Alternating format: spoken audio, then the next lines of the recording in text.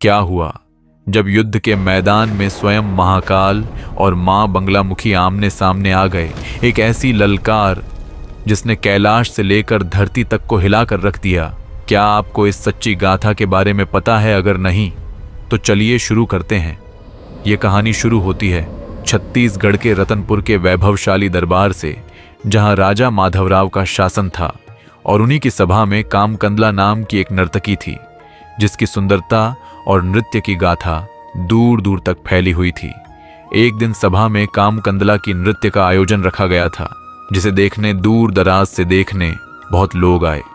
राजा प्रजा और बहुत से कलाकार संगीत कर उस सभा में आए हुए थे। नृत्य समाप्त हुई। सबने कामकंदला की नृत्य की खूब तारीफ की। जहां पूरा दरबार कामकंदला की प्रशंसा कर रहा था, वहीं कामसेन को नृत्य में कुछ कमी लगा और भरी स्वरों में सभा में कामसेन ने कहा, हाँ, सच में नृत्य बहुत अच्छा हुआ, लेकिन यह और भी अच्छा हो सकता था। अगर उसमें कोई कमी ना होती तो कामसेन की बातें सुनकर राजा अत्यंत क्रोधित हुए और उन्होंने कामसेन को सभा के बीच आने को कहा। कामसेन अपना स्थान छोड़कर बीच सभा में राजा के सामने आए और राजा को प्रणाम किया। राजा माधवन बोले, जो अभी तुमने बोला, क्या वो तुम थे? अगर हाँ तो साबित करो कि क्या कमी थी इस नृत्य में, और अगर नहीं कर पाए तो दंड के भागीदारी बनने को तैयार रहो। कामसेन शांत स्वर में बोले, क्षमा करें महाराज, ये बात बिल्कुल सत्य है, क्योंकि जो नृत्य कर रही थी, उनके पैरों के पायल की आवाज थोड़ी अलग और थोड़ी कम आ रही थी। ये तभी होता है जब पैरों की घुंघरू में कमी आए, और जो तबला बजा रहे हैं उनके ताल संगीत के साथ मिले नहीं खा रहे थे। ऐसा लगता है जैसे उनके हाथों में चोट आया हो, जिसके चलते वो सही से तबला बजा नहीं पा रहे। राजा ने आदेश दिया, ये जो बोल रहे हैं वो सत्य है कि नहीं? अगर इसकी बातें झूठी निकले तो इसे दंड दिया जाए। जांच शुरू हुई और जांच में जो सामने आया उससे सब हैरान रह गए। सच में नर्तकी के पैरों में बांधी घुंघरू में से 4 घुंघरू टूटे हुए थे और जो तबला बजा रहा था उसकी उंगली कटी हुई थी। राजा माधवराव उसकी कला से काफी प्रभावित हुए और उसे इनाम देकर राज्यसभा में स्थान दिया। कामकंदला भी उसकी कला से प्रभावित हुई। राज्यसभा में साथ में रहना और एक साथ कार्य करते वो एक दूसरे के प्रेम में पड़ गए। धीरे धीरे ये प्रेम पूरे दरबार में चर्चा का विषय बन गया। लेकिन जब राजा माधवराव को ये बात पता चली तो वे अत्यंत क्रोधित हुए। उन्हें ये राज्यसभा के मर्यादा के विरुद्ध लगा और कामसेन को राज्यसभा से बाहर करने का आदेश दिया। लेकिन इसके बाद भी दोनों पहाड़ों में जाकर मिलने लगे। जब ये बात राजा को पता चली तो उन्होंने कामसेन को अपमानित कर राज्य से ही बाहर निकाल दिया। अपमान की आग में जलता हुआ कामसेन दर दर भटकने लगा। फटे कपड़े और हाथ में वीणा लिए वो जंगलों और पहाड़ों को पार करता हुआ उज्जैनी पहुंचा, जहां के सम्राट थे राजा विक्रमादित्य, जो स्वयं महाकाल के अनन्य भक्त थे। कामसेन ने दरबार पहुंचे और अपनी वीणा के तार छेड़े और ऐसा संगीत प्रस्तुत किया कि पूरी सभा मंत्रमुग्ध हो गई। राजा विक्रमादित्य अत्यंत खुश हुए और उन्हें इनाम मांगने को कहा।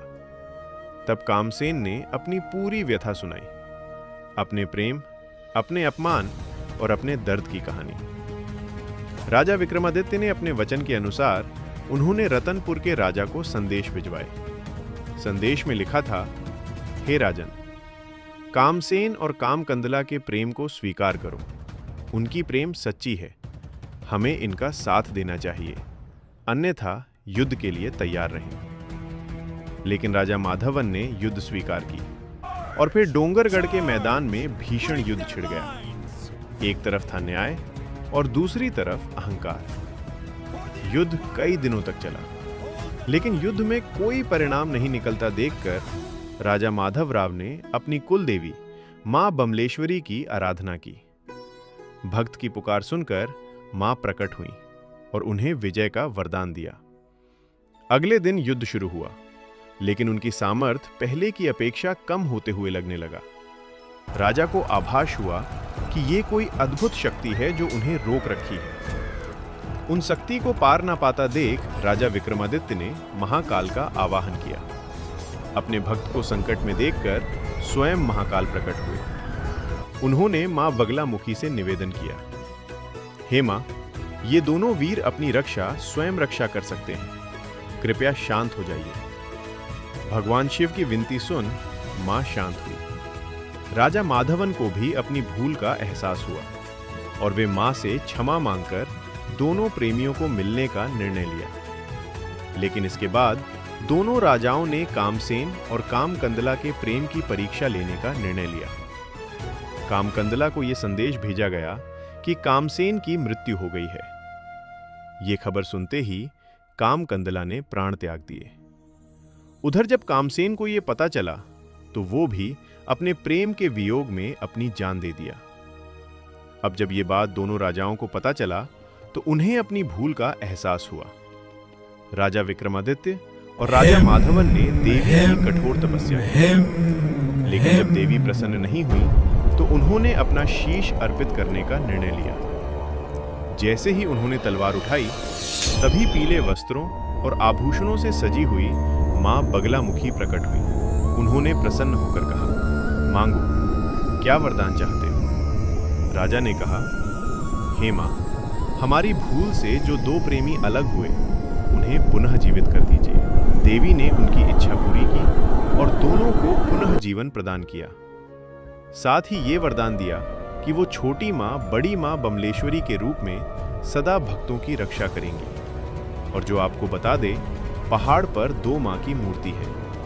एक पहाड़ के शिखर पर है, जिसे 1000 से भी ज्यादा सीढ़ी चढ़कर मां के दर्शन प्राप्त होते हैं, और एक नीचे मां छोटी बमलेश्वरी, जिनकी दर्शन अत्यंत महत्वपूर्ण है। कहा जाता है कि आज भी डोंगरगढ़ के मंदिर में रात के समय पायल की आवाज सुनाई देती है। ये सिर्फ एक कहानी नहीं, एक आस्था है, एक रहस्य है।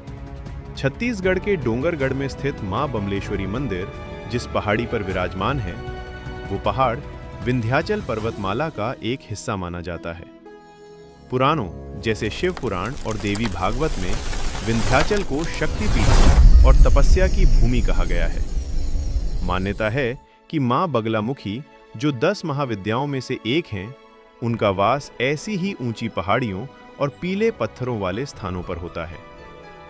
डोंगरगढ़ की इस पहाड़ी की बनावट और यहां मिलने वाले पत्थरों का रंग इन्हीं वर्णनों से मेल खाता है। आपको क्या लगता है? अपनी राय कमेंट करके जरूर बताएं। और हमारा चैनल अगर अभी तक आपने सब्सक्राइब नहीं किए तो प्लीज सब्सक्राइब